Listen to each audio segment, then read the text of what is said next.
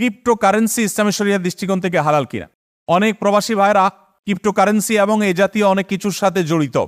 বিশেষ করে ক্রিপ্টোকারেন্সি যেটাকে গোপন মুদ্রা বলা হয়, সিক্রেট মুদ্রা বলা হয়, ভার্চুয়াল মুদ্রা বলা হয়, এই ক্রিপ্টোকারেন্সি সম্পর্কে তুরস্কের ফতোয়া বোর্ড বা সেখানকার ওলামা একরাম, মিশরের ওলামা একরামের ফতোয়া, দারুল দেওবন্দের ফতোয়া, বিশ্বের আরো বড় বড় বিভিন্ন জায়গার ফতোয়া রয়েছে। প্রায় সমস্ত ওলামা একরামের ফতোয়াই প্রায় একই।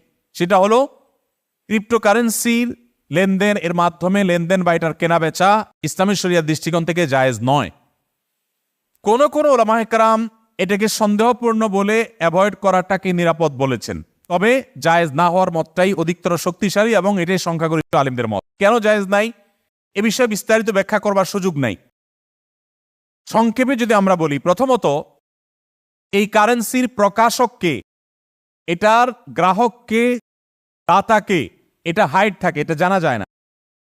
যে কোনো মুহূর্তে প্রতারণার বা যে কোনো মুহূর্তে ক্ষতিগ্রস্ত হওয়ার আশঙ্কা অনেক বেশি থাকে। একসময় ক্রিপ্টোকারেন্সির দাম অনেক কম ছিল, এরপর এত বাড়া বাড়ছে এবং এমন একটা পর্যায়ে গেছে অবিশ্বাস্য। এরকম অবিশ্বাস্যভাবে ধনী হওয়া বা সম্পদ উপার্জন করা বা এরকম কোনো শর্টকাট ওয়ে অবলম্বন করা শরিয়া মৌলিকভাবে এটাকে প্রশংসা করে না। আরেকটা গুরুত্বপূর্ণ দিক হলো, অস্ট্রেলিয়ান একজন গবেষক গবেষণা করেছেন ক্রিপ্টোকারেন্সির লেনদেনের উপরে, করে তিনি প্রমাণ করেছেন 50% ক্রিপ্টোকারেন্সির লেনদেন হয় অবৈধ খাতে, হ্যাকিং করার কাজে, হ্যাকিংয়ে, তারপরে মাদক, অন্যান্য যে সমস্ত অবৈধ লেনদেন আছে সেগুলোতে 50% ক্রিপ্টোকারেন্সির ব্যবহার হয়ে থাকে। তো এত বিপুল পরিমাণ ব্যবহার অন্যায় অবৈধ কাজে হওয়া, এটাও একটা কারণ যে এটার লেনদেন, এটার কেনাবেচা হালাল না হওয়ার। এবং এর আরো অনেক কারণ আছে। আরেকটা বড় কারণ হলো যে এটার অন্তর্নিহিত কোনো মূল্য আসলে নেই।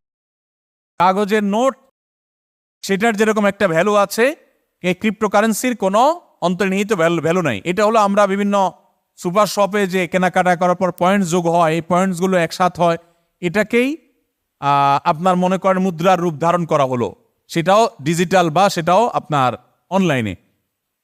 পুরোপুরি জিনিসটা এত অল্প সময়ে এত অল্প কথা বোঝানো কঠিন। আমরা শুধু এইটুকু বোঝানোর চেষ্টা করলাম যে বিশ্বের কোনো প্রথিতযশা আলেমে দ্বীন এটাকে হালাল বলেননি। অতএব আমরা এটা থেকে দূরে থাকার চেষ্টা করব। কোরিয়াতে অনেক ভাই আছে অমুসলিম বিধর্মী মেয়েদের বিয়ে করে এই দেশে পাসপোর্ট পাওয়ার লোভে, কিন্তু মেয়েকে মুসলিম রীতিনীতি মেনে চলতে, বিধিবিধান মেনে চলতে চালাতে পারে না। তাদের ছেলে মেয়ে এই দেশের বেপর্দা কালচার হিসেবে চলে। মুসলিম হিসেবে এটা কি সঠিক কিনা? কোনো অবস্থাতে সঠিক হতে পারে না। আপনি এদেশে মেয়ে বিয়ে করেন, তাকে মুসলমান বানায়, কোনো অসুবিধা নাই, ইসলামে জায়েজ সেটা। কিন্তু মনে রাখতে হবে আপনার মূল উদ্দেশ্য হবে দিন। আপনি যদি উল্টা বরং বেদিন হয়ে যান, দুনিয়ায় ধান্দা হয়, তাহলে সেক্ষেত্রে কিন্তু আপনি আল্লাহর কাছে ধরা খাবেন। এবং তাদেরকে দিনই শিক্ষায় শিক্ষিত করতে না পারলে, জেনারেশন নষ্ট হলে আপনি নিজেই কিন্তু গুনাহগার হবেন। আমার এক বন্ধু বলেছে কোনো অমুসলিম দেশে কাজ করে টাকা উপার্জন করা হারাম। আসলে কথাটা কতটুকু সত্য? অথচ আমার বন্ধু অমুসলিম দেশে ব্যবসা করে। অমুসলিম দেশে ব্যবসা করে বা কাজকাম করে টাকা উপার্জন করা হারাম, এই কথা এইভাবে সঠিক নয়। কোরআন হাদিসে কোথাও এভাবে বলা হয়নি। তবে একটা কথা পরিষ্কার করে বলতে হবে আপনাদেরকে, সেটা হলো অমুসলিম প্রধান কোনো জায়গায়, কোনো দেশে বসবাস করা, স্থায়ীভাবে বসবাস করার পরিকল্পনা করা, এটা মৌলিকভাবে হাদিস নিষিদ্ধ। তবে একটি বিশেষ শর্ত সাপেক্ষে সেটি অনুমোদিত হতে পারে। আর এমনিতে আপনি সাময়িক সময়ের জন্য উপার্জন করতে এসেছেন, চাকরি করতে এসেছেন, ব্যবসার কাজে এসেছেন, শিক্ষার জন্য এসেছেন, সেগুলো জায়েজ। স্থায়ীভাবে যদি আপনি বসবাস করতে হয়, সেটা জায়েজ হওয়ার একমাত্র উপায় হলো আপনার উদ্দেশ্য থাকবে দাওয়াতের কাজে বসবাস করা। আপনারা জানেন সাহাবী সাদ ইবনে আবি ওয়াক্কাস রাদিয়াল্লাহু তাআলা আনহুর কবর আছে চায়নায়, এবং তার নামে বিশাল বড় মসজিদ আছে। আমি কিছুদিন আগে তুরস্ক গিয়েছিলাম। তুরস্কের বিভিন্ন জায়গায়, ইস্তাম্বুলের বিভিন্ন জায়গায় অনেক সাহাবীদের কবর আছে, তাদের নামে মসজিদ সেখানে হয়েছে। তো সেই সব জায়গায় যে বড় বড় মসজিদ হয়েছে, সাহাবীরা সেখানে আছেন, এই জায়গাগুলোতে সাহাবীরা গিয়েছেন, তখন তো অমুসলিম প্রধানই ছিল, তারা দাওয়াতের উদ্দেশ্যে গিয়েছেন। ইসলাম প্রচার যদি আপনার মূল উদ্দেশ্য হয় তাহলে এটা জায়েজ। কেন না জায়েজ? যদি আপনার উদ্দেশ্য না থাকে স্থায়ীভাবে বসবাসের চিন্তা করা, কারণ সেখানে থাকলে আপনার ঈমান আমল উপরে টিকে থাকা কঠিন। আপনি নিজে পারলেও জেনারেশন ধরে রাখা যায় না। বহু অভিজ্ঞতা আমার আছে।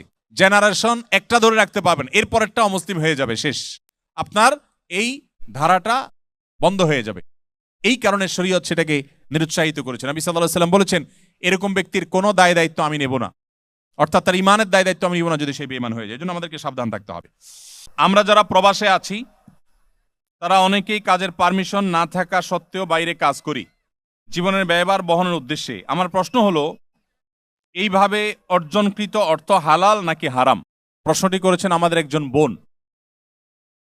এই প্রশ্ন উত্তরে আমরা বলতে চাই, পৃথিবীর বিভিন্ন দেশেই আমাদের প্রবাসী ভাইরা অনেকে ওই দেশের প্রচলিত আইনে ইলিগাল হয়ে গেছে। যদিও আমরা যে কোনো দেশে থাকবো, সে দেশের আইন কোরআন এবং হাদিস পরিপন্থী কোনোটা না হলে আমরা সেটাকে শ্রদ্ধা করে মেনে চলার চেষ্টা করব। শৃঙ্খলাই ইসলামের শিক্ষা। কিন্তু যদি কেউ কোনো কারণে ইলিগাল হয়ে যায়, এবং অনেক সময় দেখা যায় মালিকের জুলুমের কারণে, অবিচারের কারণে বাধ্য হয়ে হতে হয়, তাহলে সেক্ষেত্রে তার উপার্জনটা হারাম হয়ে যাবে না। যদি তিনি হালাল উপার্জন করেন, তার উপার্জনটা হালাল হবে। এই দেশীয় আইনে অবৈধ হয়ে যাওয়ার মানেই লোকটার উপার্জন ইসলামী আইনেও হারাম হয়ে যাওয়া নয়। ইসলামী আইনে একজন মানুষ লিগাল, দেশীয় আইনে লিগাল আছেন, বৈধ আছেন, ওনার কাগজপত্র, ওয়ার্ক পারমিট সব আছে, এরপরও তার উপার্জনটা হারাম হতে পারে যদি তিনি হারাম উপার্জন করেন। তাহলে উপার্জনের হালাল হারাম এটা নির্ভর করে যে আমরা আমাদের উপার্জন এটা কোন পদ্ধতিতে করলাম, কোথা থেকে করলাম। হারাম কাজ করে উপার্জন করলে আপনার ওয়ার্ক পারমিট থাকলেও সেটা হারাম হবে, আর হালাল কাজ করে যদি উপার্জন করেন, ওয়ার্ক পারমিট না থাকলেও সেটা হারাম হবে। আস-সুন্নাহ ফাউন্ডেশন, উম্মার স্বার্থে সুন্নাহর সাথে।